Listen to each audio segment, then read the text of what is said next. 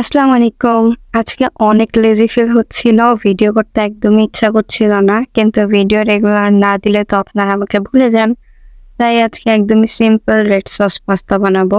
প্রথমে 2 cup pasta boil করে নিব, এরপর কিছু পেঁয়াজ আর ক্যাপসিকাম কুচি করে নিব। যেহেতু সিম্পল অ্যান্ড শর্টকাট রাখতে চাচ্ছি, সেহেতু কোনো মিট ইউজ করছি না। এখন দিয়ে দিব তেল, কিছুক্ষণ পেঁয়াজটা ভেজে নিব।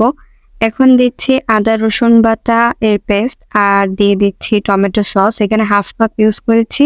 টমেটো সসে অর্ধেক পানি ইউজ করতে হবে, পানিটাও দিয়ে দিলাম। এখন দিচ্ছি লবণ, কিছু গোলমরিচ গুঁড়া, chilli flakes, chilli powder, mixed herbs আর বয়েল। কিছুক্ষণ কুক করা হয়ে গেলে ক্যাপসিকামটা অ্যাড করে দিব আর বয়েলড পাস্তাটাও অ্যাড করে ভালো করে মিশিয়ে নিতে হবে। এখন চিজ দিয়ে কিছুক্ষণ ঢেকে রাখবো, like 2-3 minute. So now our pasta is ready to serve.